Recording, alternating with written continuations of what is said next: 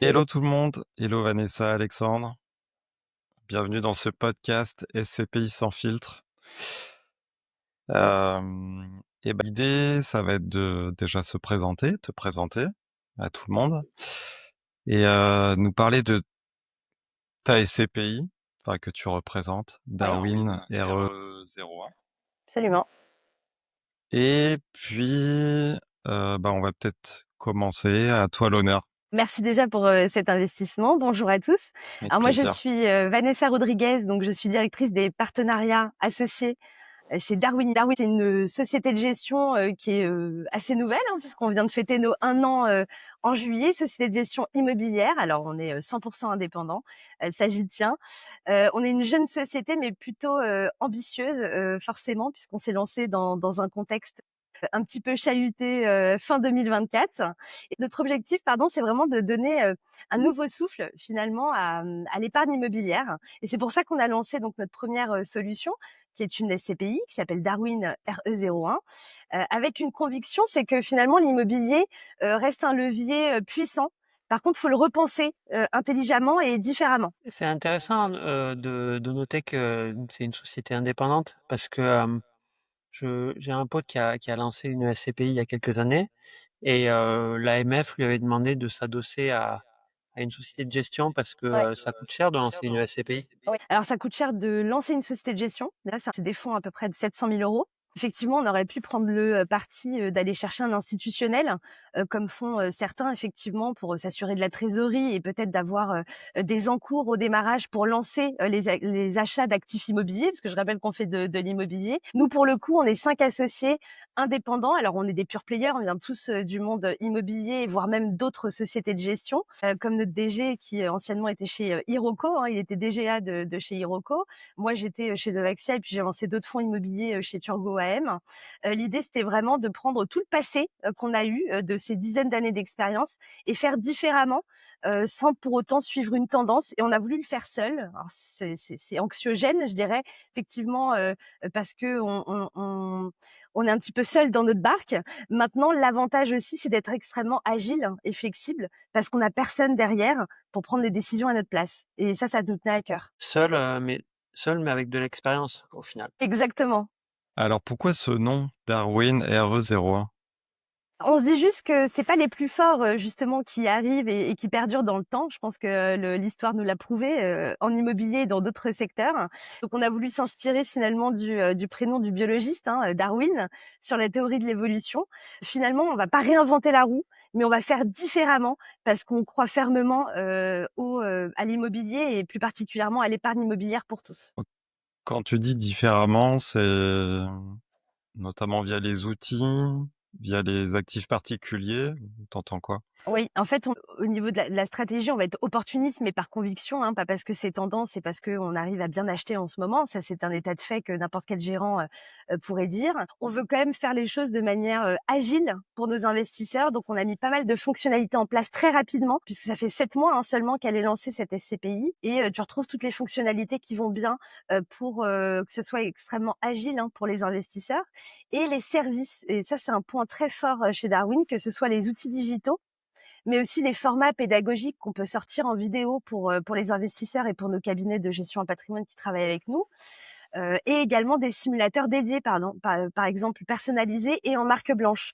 Tout ça, pour nous, vont faire la différence demain avec un acteur autre qui existe déjà depuis 15 ans. Au-delà de la Ouais, stratégie immobilière, hein, sur lequel on va revenir, j'imagine. ouais, donc c'est plus digitalisé, c'est plus Absolument. dans l'air du temps. Oui. Quand tu disais des vidéos, c'est sous quel format? Enfin, comment? C'est ce qu'on appelle des shorts. En gros, c'est des vidéos où je fais participer toute l'équipe, hein. Il y a pas que moi sur le devant de la scène ou les gérants. C'est vraiment toute l'équipe, hein. On est 8, alors ça va vite, hein, chez Darwin aujourd'hui, petite équipe forcément. C'est 45 secondes où on explique par exemple comment fonctionne une SCPI, quels sont les éléments à regarder, par exemple dans les bulletins trimestriels, dans les chiffres concrets, qu'est-ce qu'on achète concrètement en immobilier, et on met pas forcément Darwin en avant. On va mettre vraiment tout le marché en avant pour que l'investisseur il puisse, avec les bonnes cartes, choisir lui-même son portefeuille après des CPI et son allocation. Et ça, tu les D'accord. mets sur Instagram, par exemple? Instagram, YouTube, LinkedIn, et bientôt sur notre site internet. Donc vraiment, on veut que ce soit accessible pour tous. Et tu disais 8 personnes, c'est pas beaucoup, mais en fait, pour, le démarrage d'une SCPI, c'est déjà pas mal. Ouais, bah, tu sais, il faut, réglementairement parlant déjà, il faut qu'on soit staffé, hein. Le DG, le président, l'RCCI, toute l'équipe commerciale, une équipe au service client aussi, parce que même si on est outillé, l'être humain pour nous, il est au centre de la relation, hein. Donc il faut quand même des gens qui puissent parler à l'ANA, hein, qui est au service client, que ce soit les investisseurs ou nos cabinets. Et évidemment, on a toute la partie communication marketing parce qu'on pense aujourd'hui, qu'un bon investissement, c'est avant tout, une société qui communique avec transparence et c'est pour ça qu'on a investi, voilà, avec 2 personnes qui s'occupent, on va dire de mettre en avant, notre ADN, sur les différents, réseaux pour que ce soit accessible de tous. N'hésitez pas à aller suivre Darwin sur, les plateformes et d'ailleurs votre Insta est assez sympa. Ah bah, merci. Du coup, où est-ce que vous en êtes aujourd'hui en termes de portefeuille? Là, si on fait peut-être le bilan à mi-2025, est-ce qu'il y a des acquisitions en cours ou parce que c'est très français aujourd'hui. Est-ce que ça va le rester ou pas? Enfin, Alors on peut revenir peut-être dans la stratégie pure. La mmh, stratégie en termes immobiliers de la SCPI, Darwin, c'est effectivement d'être opportuniste par conviction. On va être extrêmement diversifié en termes de sélection d'actifs de secteur. Donc c'est-à-dire qu'aujourd'hui, on va être sur du commerce, des locaux d'activité, de la logistique, du bureau. On va aller aussi chercher une petite poche dynamique sur tout ce qui est structurellement déficit. On appelle ça de l'hospitality. Ça va être, la santé, les écoles, les crèches, en fait tout le pôle petite enfance, et pourquoi pas de l'hôtellerie, hein, parce qu'il faut aussi être un petit peu dynamique dans ce marché. L'hôtellerie, c'est un marché qui a pris plus de 28 hein, post-Covid, donc ça reste toujours très intéressant, d'y aller. On va essayer d'aller capturer des rendements, qui sont attractifs, mais sans compromis sur la qualité. Et la qualité, je parle évidemment des actifs qui sont tous alignés sur le décret tertiaire, hein, et qui permettront de le revendre à terme, mais également aussi au niveau des locataires. On a voulu que des grandes marques parce que finalement, comme on n'est pas adossé à des gros faiseurs de ce monde-là, il fallait qu'on ait le portefeuille le plus visible, tout de suite. Donc quand je te parle d'un Decathlon, un Engie, un Suez Eau ou encore Carrefour, voilà, c'est que des marques qu'on connaît tous, qu'on utilise peut-être tous aussi, dans notre quotidien, et on va les chercher en France, mais aussi en zone euro. Et je te rejoins, hein, le portefeuille aujourd'hui, il est quand même majoritairement en France pour des raisons très claires de vitrine et parce qu'on est un acteur français, donc on a été chercher des pépites en France. Maintenant, au T2, on a fait notre première acquisition en Espagne. Donc, c'est-à-dire que notre objectif, c'est d'être à plus de 70% en dehors de France d'ici 2026. Le seul inconvénient, c'est qu'il faut nous laisser un peu de temps. Parce que tu vois, sur 7 mois de commercialisation, on a aujourd'hui 12 millions d'actifs sous gestion et 6 actifs immobiliers diversifiés. Et donc, on va aller de plus en plus en Europe euh, sur cette fin d'année d'ailleurs, un deuxième semestre, et évidemment 2026. Et en termes de taille d'actifs aujourd'hui, si j'ai fait le calcul, en moyenne, ça fait 2 millions. Est-ce que, Ouais, c'était pas trop dur, est-ce que, l'idée c'est de viser des actifs de petite taille ou, au fur et à mesure que que la collecte va arriver, c'est d'aller viser des actifs un peu plus gros? C'est quoi la effectivement, la stratégie, ça sera quand même d'être sur une extrême granularité des actifs en termes de prix aussi. Pourquoi? Parce qu'on aura pour ambition d'avoir une gestion, donc un asset management, c'est-à-dire dans le suivi des actifs, assez pushy, assez dynamique, et on se réserve le droit d'ici à 5 ans déjà de se libérer d'une partie de nos actifs pour encaisser des plus-values potentielles pour nos associés. Donc effectivement, plus la ligne est pas très grosse, j'ai envie de dire, plus ce sera simple aussi pour nous de le vendre en off-market. En termes d'opportunités d'acquisition, il faut savoir qu'il y a des gros faiseurs qui achètent des actifs à 20, 50 millions. Aujourd'hui, d'un point de vue raisonnable, je me positionne pas du tout sur ce type d'actifs puisque notre collecte, elle est pure. D'accord? C'est uniquement les réseaux de conseillers en gestion de patrimoine qui collectent, hein. On l'a voulu, c'est maîtrisé et c'est aligné sur nos capacités d'investissement qui sont plutôt aux alentours des 2 millions actuellement et qui pourront être revus à la hausse évidemment par le développement de la société de gestion avec des volumes allant de 5 à 15 millions. Mais je me positionnerai pas sur ce véhicule-là, sur des actifs à plus de 20 millions. Je laisse ça à des gros faiseurs qui le font très bien.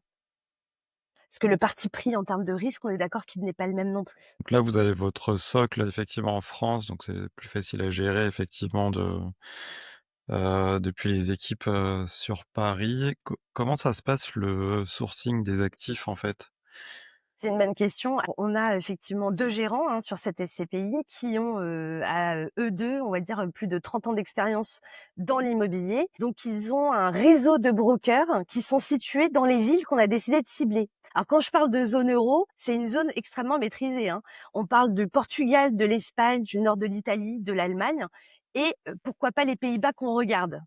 Mais on va pas aller en Irlande et on va pas aller dans, on va dire dans des pays où on a un risque de taux de change, par exemple, typiquement comme UK ou dans l'Europe de l'Est où on pense que c'est encore trop instable pour qu'un produit comme le nôtre très patrimonial y aille.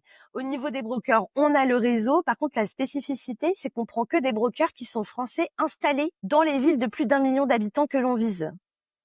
Parce que ça permet justement d'avoir un échange, voilà, forcément, de proximité. Ce sont des brokers qui connaissent les attentes des investisseurs français, et en plus de ça, ils connaissent le pays où ils ont la domiciliation, pardon, donc ce qui, peut être très rassurant.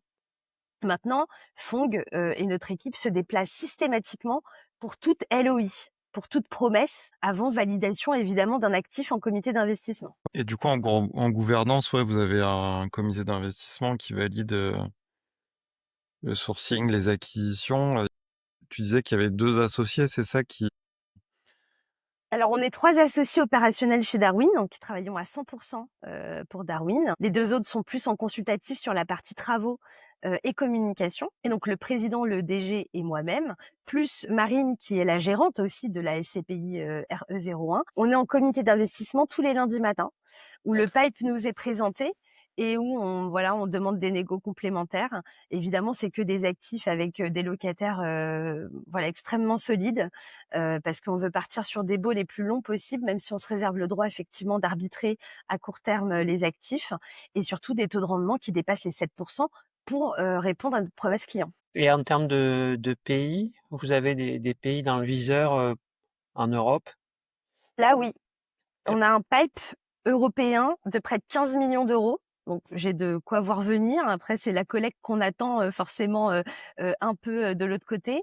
mmh On a visé donc, de la logistique en Allemagne et aux Pays-Bas, du commerce en Espagne et également de la santé au Portugal. Donc c'est ce qu'on a dans le pipe et qu'on espère réaliser évidemment, soit d'ici la fin de l'année, soit d'ici premier trimestre 2026. ouais, donc des opportunités, il y en a, mais faut la collecte en face et en termes de levier de financement, je voyais que vous avez levé un peu de dette, c'est ça, Oui, sur les premières effectivement. acquisitions? Pas nos premières acquisitions, on a voulu démarrer sans dette, donc c'était que de la levée de fonds. Par contre, sur ce deuxième trimestre, pour pas louper les opportunités aussi, on a décidé de faire nos premiers, on va dire, effets de levier pour une acquisition stratégique, hein. C'est les locaux d'activité et bureaux de Engie à Rennes. On a un levier actuellement dans le portefeuille de 26% et on n'aura pas pour objectif que ce soit plus élevé, même si nos statuts ils affichent du 40%.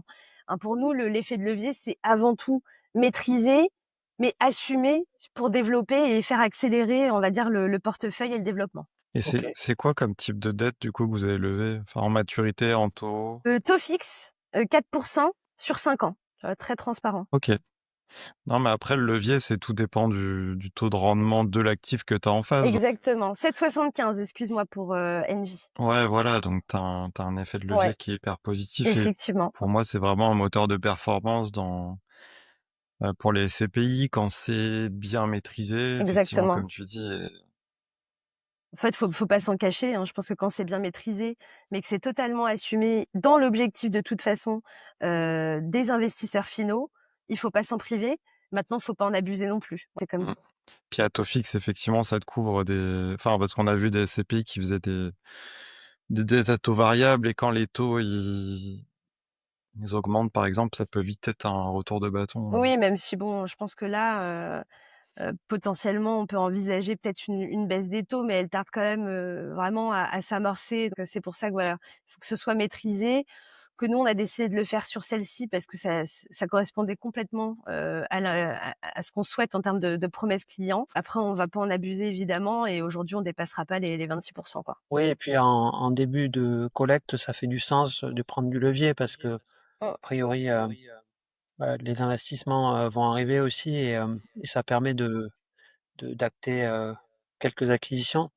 L'idée, c'est pas de grossir pour grossir. Mmh. C'est vraiment, d'aller, avec intelligence, construire un portefeuille solide et puis aussi on a cet, inconvénient que cette première année, elle est charnière pour nous et elle Mmh. est charnière dans la visibilité qu'on va donner et à notre réseau et à nos, potentiels, futurs investisseurs aussi. Donc nous, en un an, on doit tout réaliser, correctement, tout en étant engagé et faire une sélection, drastique. Donc on dit que cash is king, hein, c'est clair que, la collecte, c'est un levier, l'un des plus importants actuellement parce que tu as des super points d'entrée en termes, d'acquisition. Mais comme nous, on est en off market, j'avouerais qu'on arrive quand même à bien négocier, tout ce qui nous est présenté et on a quand même beaucoup de refus, hein, de dossiers, vous imaginez bien. Parce que, parce qu'aujourd'hui, j'ai demandé à Fong une moyenne, on en valide, 1 sur 20. D'accord. Donc Et en c'est quand même énorme. et en Mmh. termes de délai de jouissance, vous êtes à combien? On a 5 mois pleins. 5 C'est-à-dire que mois, ouais. le client, voilà, il commence à capitaliser ou à toucher en fonction de ce qu'il a choisi au premier jour du 6e mois. Ce qui peut paraître long, mais en même temps, ça vous permet de négocier peut-être plus durement, à Exactement. l'acquisition. En fait, faut savoir qu'alors nous, on n'a pas ce problème de riche, hein, de recevoir des wagons de collecte tous les trimestres. Mais ceux qui ont que 3 mois d'exécution et qui, reçoivent, je sais pas, 50 millions par trimestre, ça veut dire qu'ils doivent acter en 3 mois 50 millions d'actifs immobiliers en Ouais. fonction de leur stratégie. Alors je dis pas que personne peut le faire, je dis juste que ça peut être compliqué et parfois amener quelques travers de commencer à acheter des choses qui sont un petit peu border par rapport au cahier des charges premier. Nous, Mmh. pour le coup, on a déjà le pipe, maintenant c'est la collecte qu'on attend pour acheter et ces 5 mois nous permettent vraiment de négocier, des choses de qualité sans pour autant aller chercher des rendements, astronomiques. Et puis quand on voit que, certaines SCPI, dont on taira le nom, ont des délais de jouissance de 1 mois ou 2 Oui, parce qu'elles ont des listes d'attente, oui, de de retrait. Mmh. d'associés qui souhaitent sortir, c'est pas forcément une qualité d'avoir un délai de jouissance, très court. Ouais, il faut faire attention, ouais. En fait, il faut savoir qu'un délai de jouissance très court, ça va, impacter fortement, en fait, le service immobilier, des acquisitions et potentiellement déroger au principe, même du cahier des charges et de la stratégie. Donc c'est plutôt une vision court-termiste, alors que nous, chez Darwin, on a plutôt une vision, long terme quand même de nos activités, donc 5 mois, c'est ce qu'il faut. C'est quoi la vision long terme justement, de Darwin? On avait échangé en off et je crois que tu m'avais dit que l'idée c'était peut-être à long terme de créer plusieurs véhicules? Oui, exactement. En fait, quand je disais qu'on veut vraiment tout maîtriser et qu'on n'est pas là pour grossir, voilà, pour se faire plaisir. C'est que typiquement notre SCPI, elle est à capital variable. Donc normalement, effectivement, elle pourrait atteindre des montants, d'encours, astronomiques comme certaines, hein, qui pèsent plus d'1 milliard. Nous, on a décidé de caper ce montant-là à 300 millions d'euros. L'idée, en fait, c'est pas d'avoir d'effet dilutif de la performance dans le temps pour l'investisseur qui nous fait confiance, dès le démarrage et de toujours maîtriser notre portefeuille d'investissement dans l'objectif d'arbitrer, comme je le disais, à 5 ans potentiellement quelques lignes pour générer des plus-values, potentielles, positives évidemment. Donc pourquoi pas demain ouvrir un deuxième véhicule, alors RE02, alors RE c'est real estate, hein, c'est vrai que je l'ai pas expliqué, et pourquoi pas aussi sur d'autres stratégies. En tout cas, aujourd'hui, on est sur ce sujet des CPI, mais ça sera pas le seul. Évidemment, on doit aussi nous, diluer les solutions, qu'on propose, dans l'objectif d'avoir la société de gestion la plus solide possible. Donc on est déjà en cours de structuration d'un autre fonds qui sera pas une SCPI, qui sera plutôt un fonds value add avec la création de valeur sur des actifs immobiliers, thématiques. Hem, Alors je crois pas avoir répondu à ta question. Tu m'as demandé le bilan, mi-année? Tu veux que je détaille un peu?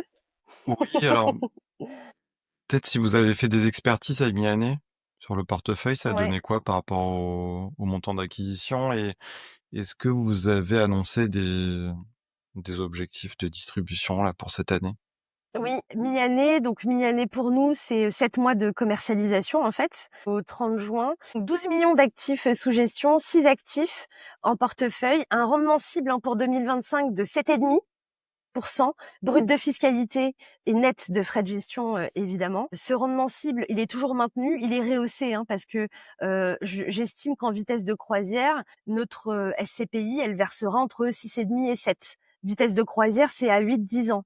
Là, on est sur la première année d'activité. On arrive à bien négocier pour pimper un peu ce rendement cible qui sera du coup rehaussé pour 2025. Je dis pas que c'est 7,5 qu'on va tenir sur les 10 prochaines années. Maintenant, on va y tendre le plus longtemps possible, évidemment, par la qualité des actifs qu'on arrive à sourcer. On a revalorisé notre portefeuille au 31 mars et au 30 juin. Et en fait, on a plutôt de belles surprises parce que déjà en quelques mois, au 31 mars, on avait quasiment plus 10% d'expertise en hausse sur nos 4 premiers actifs. Et avec les 2 nouveaux, on a une valeur de reconstitution qui est plutôt très bonne puisqu'elle est à 208,34, à savoir que cette valeur de reconstitution, elle doit être mise en parallèle avec le prix d'acquisition d'une part sur Darwin RE01 aujourd'hui qui vaut 200 €. Donc, pas de revalorisation annoncée et je pense que c'était là ta question. Mais on va dire qu'on prépare l'avenir. Voilà, on est plutôt pas mal. On a plus 4% de hausse par rapport au prix d'acquisition. Donc, pour le coup, les clients, aujourd'hui, ils font un bon investissement. Oui. On aime bien parler des valeurs de reconstitution et de l'expliquer simplement, mais globalement, pour la faire courte, c'est un indicateur, avancé, de comment fonctionne la SCPI en termes de parc immobilier.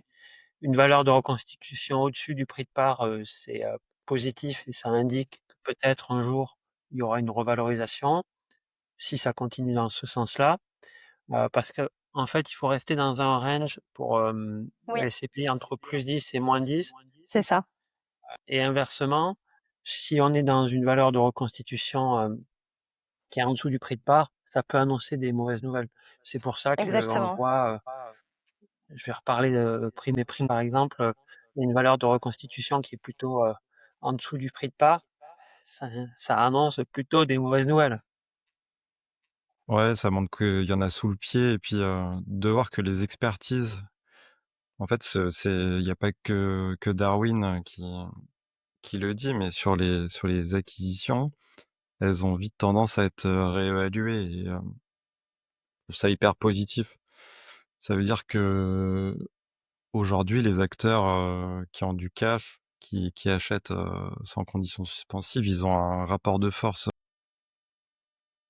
vraiment hyper important sur le marché et en fait, derrière, ils arrivent à acheter et à revaloriser. Donc pour un associé, c'est hyper positif. Je C'est pense gage de que pérennité, effectivement, ouais. ouais, exactement. Parce que bon, quand on rentre dans une SPI, généralement, on rentre pour à minima 10 ans. Donc, voir comment un gérant est capable de créer de la valeur aussi rapidement sur un portefeuille qui, pour le coup, comme nous, est tout jeune mais solide parce que vient d'être juste créé, c'est quand même un gage de sécurité.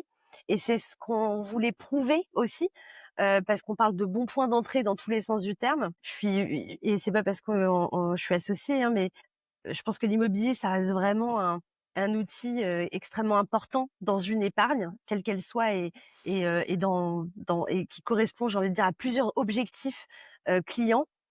Et pour le coup, il faut qu'on soit en capacité de montrer tout de suite aujourd'hui ce qu'on est capable de le faire et qu'on le fasse perdurer le plus longtemps possible. Alors pour ce deuxième point de durée, ça, c'est le temps qui le dira, mais c'est la vision aussi et l'ADN de la boîte qu'il faut mettre en avant pour montrer qu'on est là vraiment pour les 25 prochaines années à minima. Et les chiffres factuels de bonne santé, il faut les montrer tout de suite. Et pour autant, c'est pas pour ça que j'achète des choses à la casse. C'est ça qui est intéressant de voir, c'est que normalement, voilà, ces valorisations, elles vont perdurer et peut-être que j'aurai de bonnes nouvelles à vous annoncer la prochaine fois qu'on échangera ensemble. Bah, j'espère, ouais et effectivement, le fait que tu sois associé, enfin, ça montre aussi un vrai alignement d'intérêts avec les autres futurs associés et il y a d'autant plus d'enjeux finalement, bah, à faire les bons choix, à pérenniser la SCPI et cetera. Alors que tu as d'autres acteurs, je pense aux SCPI, bancaires ou assurances par exemple, bah, il y a moins ces enjeux-là et puis voilà, ça a pu poser des sujets ces dernières années aussi, quoi. Tu es associé, dans la société de gestion, mais est-ce que tu as aussi des parts dans la SCPI? Oui. On est tous associés donc dans la société de gestion et on est tous aussi fondateurs de la SCPI RE01. OK, ça c'est bon à savoir parce qu'effectivement, il y a d'autant plus un alignement des intérêts. Exactement, oui. Petit point sans filtre, est-ce que vous avez eu des gros challenges ou des surprises, ce premier semestre 2025? Bah, on a eu quelques refus effectivement, parce que, bah, voilà, les vendeurs, il manquait un petit peu de réalisme. Mais à côté, on a des bonnes surprises puisque, on est capable d'avoir des bonnes négos sur des actifs hors market et je pense, au Décathlon qu'on a négocié directement avec la famille Mullier et qu'on a obtenu à 8,25, taux acte en main. Vanessa, c'est quoi les dernières acquisitions? Alors en acquisition récente, sur, ce 2e trimestre, on a acheté, du coup, sur Rennes, entrepôt et bureau donc loués, à Engie. 7,75 donc, taux acte en main. Il y a quasiment, 2000 m² de surface. Bail ferme 6 ans avec un bel acteur et un potentiel ESG aussi parce qu'on est labellisé quand même ISR depuis, janvier dernier, avec des bornes de recharge électrique sur les parkings. Typiquement. Et notre première acquisition espagnole, quand même, que j'ai envie de mettre en avant, puisque c'est notre première hors de France. Alors, c'est à Murcia, donc dans la région de Valence, hein, une ville qui fait plus de 1,5 million habitants. C'est du Basic Fit, je pense que tout le monde connaît, un gym, une marque internationale, qu'on a acheté à 7,50 Toac 1, et c'est un buy term 10 ans, donc plutôt long terme. Il faut savoir que les baux même sont négociés sur 20 ans en Espagne. Donc ça laisse voir venir et c'est un local qui est tout neuf en pied d'immeuble. Donc facilement relouable de toute façon demain si jamais il se passe quelque chose au niveau locataire. J'avais regardé une vidéo sur le business model de Basic Fit et c'est hyper rentable. Donc c'est clair que ça, c'est un acteur qui est amené à rester pendant des années et des années, hein. Alors Murcia, je savais pas où c'était, c'est la 9e plus grande ville d'Espagne. Dans le sud, dans la région de Valence. Donc voilà, on préfère vraiment sécuriser des beaux lots avec des locataires premium qui sont connus de tous. En fait, on reste vraiment dans notre stratégie, petit volume, bon locataire, des baux qui sont en moyenne aux alentours de 8 ans sur le portefeuille, donc plutôt bien. Taux acte en main en moyenne de 7,75, ça répond à la promesse client que l'on vise. Évidemment, taux d'occupation financier et physique 100%. Je dis évidemment parce que bon, on est en lancement d'activité avec un premier portefeuille. Pour l'instant, tout se passe bien. Et avec un pipe, surtout, j'ai envie de dire, de plus de 15 millions en dehors de France. Donc maintenant, on attend aussi nos nouveaux associés qui souhaiteraient voilà, nous faire confiance avec des potentiels loyers pérennes sur plus de 10 ans. Et à l'inverse, est-ce que vous avez déjà été en concurrence avec d'autres acteurs, des copains SCPI qui souhaiteraient acheter le même type d'actifs que vous? Parce que comme vous êtes sur des petits actifs, il y a assez peu de SCPI qui vont aller sur ce sujet-là. Oui, alors nous, on a plutôt le sujet de SCPI un peu fragile en ce moment qui nous proposent leurs actifs à la Ouais. vente. Pour qu'on les achète tout simplement, plutôt de se retrouver face à eux, puisqu'au final aujourd'hui en off market on est plutôt face à des investisseurs privés. Alors c'est d'autres inconvénients, mais on n'est pas trop face en fait à nos confrères, j'ai envie de dire. Ce qui est bien, ça vous permet de faire des offres d'achat agressives, peut-être sans condition de financement aussi? Absolument. Et profiter des difficultés des confrères, plus anciens. Oui, alors j'estime Heu, qu'on n'est pas franchement sur le même créneau, mais après il y a eu comme 19 lancements d'SCPI en 2024, donc si on a mmh. toute la même granularité, un jour je vais me retrouver face à elle forcément. Ah peut-être, ouais. Mmh. Non, mais il y a un vrai marché à 2 vitesses aujourd'hui, enfin Oui. 2 ou 3 vitesses, mais entre, ceux qui c'est compliqué, et des parts en attente, Mmh. voilà, ils ont pas les problématiques que vous avez vous, de se déployer, de collecter. Eux, ils sont, voilà, à gérer ces parts en attente et plus dans une logique de vente et pas dans le meilleur momentum de marché. En parlant des trucs sympas, les frais au niveau de la SCPI, frais d'entrée, frais de gestion, vous fonctionnez comment? Alors on avait fait un benchmark, du marché. Il faut savoir que les frais, ça te va de 0 frais d'entrée pour certaines SCPI à 12%, hein, de frais d'entrée. Nous, on s'est positionné à 8. OK. qui sont intégrés dans les 200 € que je vous ai dit en termes de prix de part, même si le minimum de part aujourd'hui c'est 5, donc c'est 1 000 € pour investir dans Darwin RE01. Et sur les frais de gestion, on s'est positionné du coup à 12 qui est une bonne moyenne par rapport au marché. Après, effectivement, il faut rester sur 10 ans pour rentabiliser ces investissements avec des taux de distribution qui sont pas mal, parce qu'ils devraient se situer entre 6,5 et 7,5 du coup sur les prochaines années, et un taux de rendement interne, donc des réévaluations de prix de part potentiels à 8 ans avec du 6,5 net de frais de gestion. Donc ça restera un produit parmi les plus dynamiques que vous pourriez trouver en tout cas sur le marché aujourd'hui. Alors j'avais une petite question, qu'est-ce que c'est des commissions d'acquisition dégressives? Alors c'est une bonne question, c'est comment se rémunère la société de gestion quand elle source un actif et qu'elle l'achète. Donc certains d'entre nous donc prennent des commissions d'acquisition. Pour le coup, chez nous, c'est entre 1 et 5. Ça va dépendre de la taille, du volume, en gros, de l'actif. En sachant que nous, on a une petite granularité actuellement parce qu'on est en constitution de portefeuille, on prend du 5 pour acheter des actifs en moyenne à 2 millions. Quand on sera dans notre vitesse de croisière d'acquisition d'actifs entre 5 et 15 millions, on passera rapidement à 1 de commission d'acquisition. Ça rémunère Ouais, finalement le travail de sourcing, d'achat, de LOI, de broker, enfin voilà, ça rémunère le travail vraiment d'acquisition immobilière. du coup, à quel moment tu te dis: «OK, je baisse ces taux d'acquisition»? En fait, c'est très clair dans nos notes d'information en fait par taille C'est d'actif. clairement Ouais, une c'est question de taille, clairement ouais. annoncé. Ouais. Donc plus l'actif sera cher, plus la commission d'acquisition sera faible. Bah, l'idée, c'est de conclure maintenant. Alors, hem, si tu devais, sortir une punchline sans filtre pour, nos auditeurs, qu'est-ce que tu dirais, pour Darwin? Alors, acheter la SCPI RE01 et miser sur l'intelligence plutôt que la tendance. Eh, ah ça, c'est travaillé. Ça, c'est top. Ça, c'est de la Une punchline. bonne punchline, hein. La phrase choc de fin sans langue de bois. Bah, écoute, merci Vanessa, Merci de beaucoup. d'avoir, échangé avec nous, d'avoir pris le temps Merci à vous. de nous présenter Darwin, qui est une SCPI, intéressante, nouvelle, qui a un pipe, de collecte assez important, en Europe notamment, et bah, l'idée ça sera de suivre, cette SCPI dans le temps et de voir, comment elle évolue.